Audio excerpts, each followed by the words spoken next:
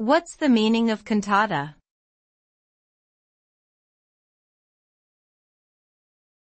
Cantata.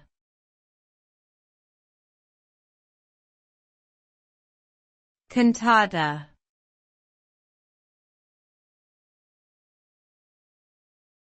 Cantata.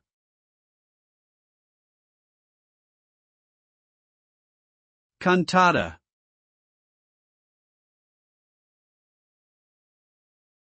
A cantata is a type of vocal music composition that originated in Italy during the 17th century.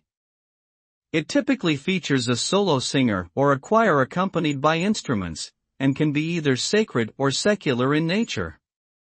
Cantatas are often composed for special occasions such as weddings or church services, and may have multiple movements with different texts and musical themes. Overall, a cantata is a versatile and expressive form of music that has become a staple of classical music repertoire over the centuries.